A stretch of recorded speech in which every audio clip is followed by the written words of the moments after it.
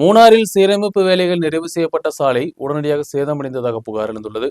Munnar new நகருக்கு செல்லும் சாலைதான் சீரமைக்கப்பட்டு ஒரு மாதத்தில் சேதமடைந்துள்ளது. சாலை சேதமடைந்ததை கண்டித்து திங்கட்கிழமை காங்கிரஸ் தலைமையில் போராட்டம் நடத்தப்படும் என்றும் தலைவர்கள் தெரிவித்தனர்.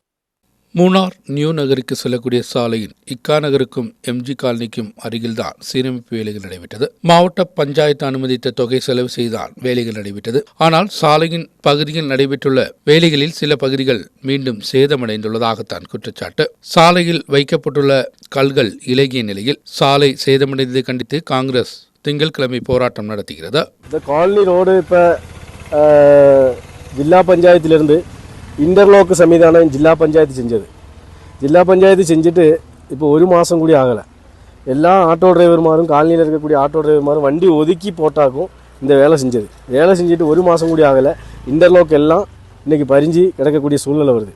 அப்போ லட்சக்கணக்கிന് ரூபா முடக்கிட்டு இந்த ரோடு இப்படி கிடக்கும்போது இதுக்கு எதிராக காங்கிரஸ் கட்சியுடைய தலைமையில் 10ஆம் வார்டு காங்கிரஸ் கட்சியும் 9ஆம் வார்டு காங்கிரஸ் கமிட்டியுடைய தலைமையில் நாளைக்கு இங்கே ரோடு மறியல் போராட்டம் உண்டாகும். தினந்தோறும் ஏராளமான வாகனங்கள் இதன் வழியாகத்தான் கடந்து செல்வது.